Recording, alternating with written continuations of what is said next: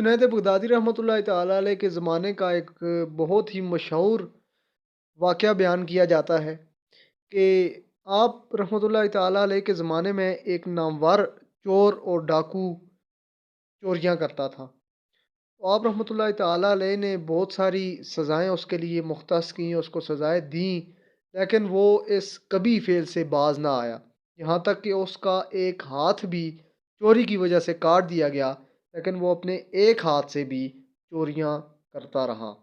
यहाँ तक कि कोई भी शख्स उसके सामने जाने की जुर्रत नहीं करता था। फिर एक दिन ऐसा हुआ कि वो डाकू जुनैद बगदादी रहमतुल्लाहि ताला अलैह के घर चोरी की नीयत से दाखिल हो गया। हज़रत जुनैद बगदादी रहमतुल्लाहि ताला अलैह ने तिजारत की गरज से कुछ कपड़े और दीगर अशिया मंगवा कर रखी हुई थी और उन्हें दो तीन गठरियों में बांध कर रखा हुआ था। मशहूर डाकू यूं ही दीवार कूद कर घर में दाखिल हुआ तो उसे वो सारा सामान जो गठरियों में बंधा पड़ा था नजर आ गया।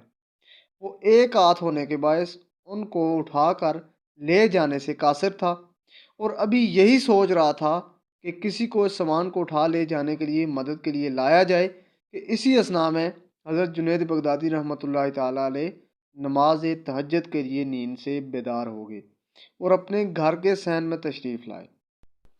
डाकू की नज़र आप रहमतुल्लाहि ताला अलैह पर पड़ी और उसने समझा कि शायद ये इस घर का कोई नौकर है जो मालकों के बेदार होने से कबल घर के काम के लिए बेदार हुआ है।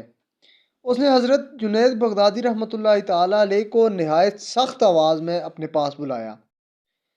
हज़रत जुनैद बगदादी रहमतुल्लाहि ताला अलैह उसकी जानिब बढ़े और गठड़ी उठाकर उसके सर पर रख दी।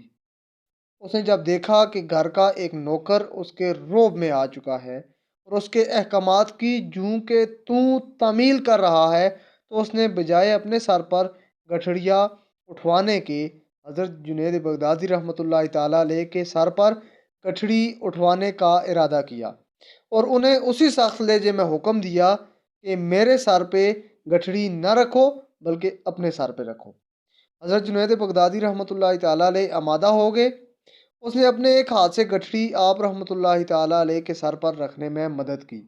जब आप रहमतुल्लाहि ताला अलैह ने गठरी सर पर उठा ली तो उसने हुक्म दिया कि जल्दी करो और मेरे साथ चलो, फजर होने वाली है और सूरज की रोशनी हो जाएगी, इससे पहले पहले तुमने ये गठरी मेरी मतलूबा जगह तक छोड़कर आनी है और अगर तुमने देर की तो मैं डंडे से तुम्हारी मुरम्मत करूँगा। हज़रत जुनैद बगदादी रहमतुल्लाहि ताला अलैह अपना माल अपने ही सर पर रखकर उसके घर की जानिब रवाना हो पड़े। हज़रत जुनैद बगदादी रहमतुल्लाहि ताला अलैह रास्ते में थक गए। वज़न ज़्यादा होने के बायस आपका सांस भी फूल चुका था।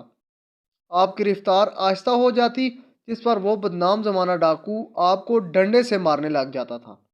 यहाँ तक कि हज़रत जुनैद बगदादी रहमतुल्लाहि ताला अलैह वो गठड़ी सर पर उठाए उसके घर तक जा पहुँचते हैं और घर वापस आ जाते हैं।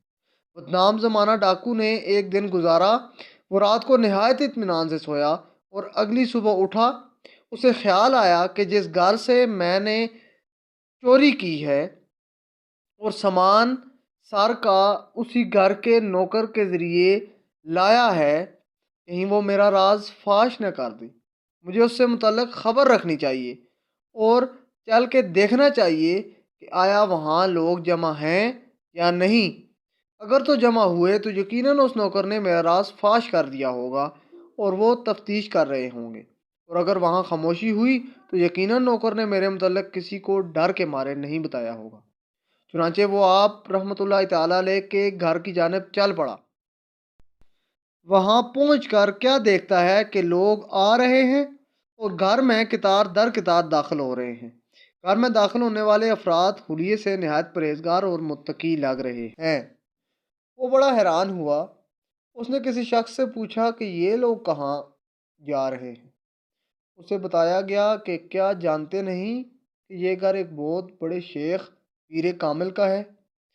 उसने इस्तफसार किया कि क्या मैं उनको देख सकता हूँ। बताया गया कि हाँ, देख सकते हो। मालूमात देने वाले ने उसे अपने साथ लिया और घर में दाखिल हो गया। उसी दौरान डाकू ने अपना कटा हुआ हाथ छुपा लिया कि कहीं घर का नौकर उसे पहचान ही ना ले। گھر میں داخل ہو کر اس نے دیکھا کہ وہی نوکر جس نے اس نے گٹھڑی اٹھوائی تھی اور گھر تک مارتا ہوا لے کے گیا تھا، وہ مسند ارشاد پر تشریف فرما تھے۔